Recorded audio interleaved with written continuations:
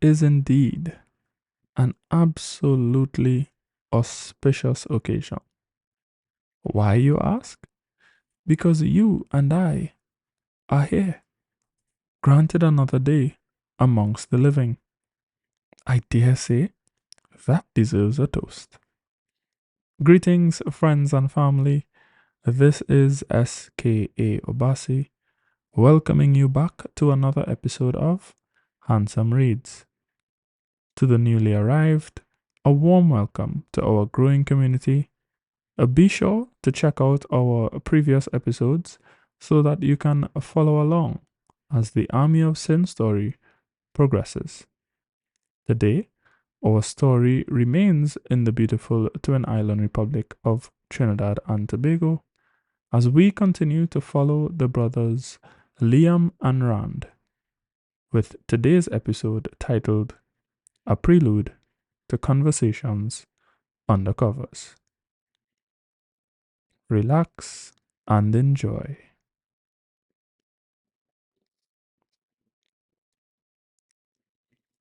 Aya's senses were greeted by the sound of rain and the scent of wet metal as droplets sluiced across the roof to the softer parts against the louvers where the rain sought entry.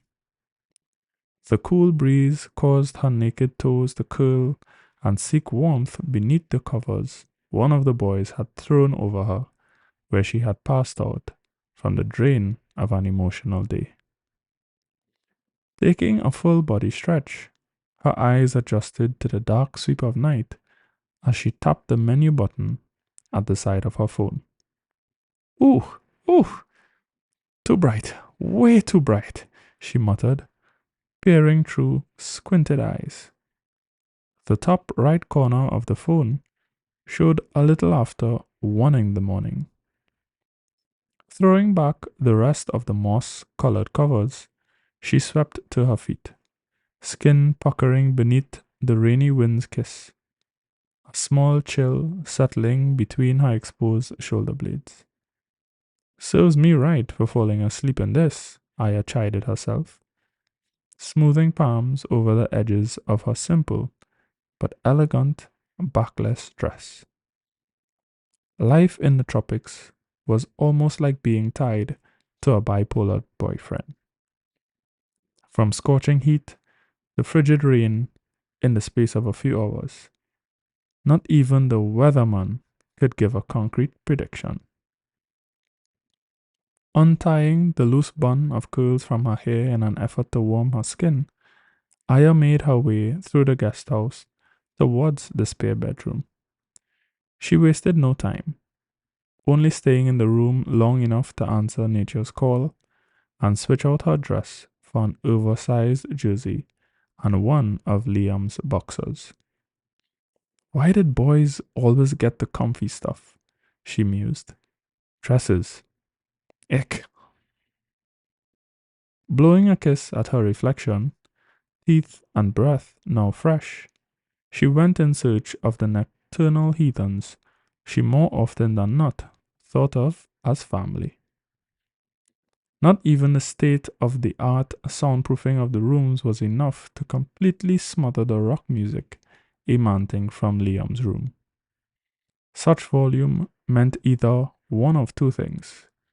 He was pelvis deep in a situation or attempting to stifle his inner demons via repetitions of sit ups and push ups.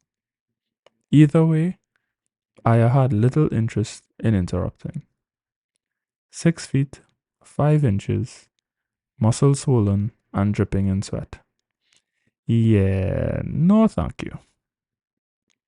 Instead, her feet came to a stop before the door of her other, equally favorite person, the eye of her life's hurricane, Rand. Foregoing the knocking on the door, Aya simply pushed into the room. The trio's signature whistle leaving her lips was the only warning of her entrance. She might as well have saved her breath. Only Rand's physical body sat in the room. The faraway look to his eyes, staring through the rain streaked glass, was a clear indication that the woman's face had come haunting him once again. The cocoa brown of his bare upper body moved gently with each inhale, elbow propped atop his knee, forehead pressed against the glass, with a left leg swinging off the ledge of the bay window. The scent of his room crept into the lungs, the apple cinnamon of the scented candles burning languidly. Stifling the yawn that threatened to unlock from within, Aya took a moment to enjoy the feeling of having her boys home once again. Whoever planned to have this man's babies had better come correct, she thought fiercely. Ignoring the little voice advising her to respect his space and leave him to his personal demons, Aya moved deeper into the room. Wrand didn't even blink. Closing the door behind her with a soft click, Aya crossed over to where he sat and laid her palm against the warmth of his shoulder muscles, gently sinking her nails into his skin as she sought to re-anchor him in reality. See, because I need you here, she thought silently. Wrand was the living incarnation of Gibraltar's rock. Calm, solid, and sure in his own skin, with a voice that could wash away the last vestiges of yesterday's emotionally draining afternoon. Rand's skin jumped beneath the warmth of Aya's touch, the contact piercing the veil of the endless loop playing within his mind's eye. Aya asked no questions of him, silently tugging against the side of his bed in an effort to dislodge him from his perch. Unwrapping his 5 feet 7-inch frame, Wrand shuffled across to the spread of his king-size bed, knee cracking from the sudden change of position.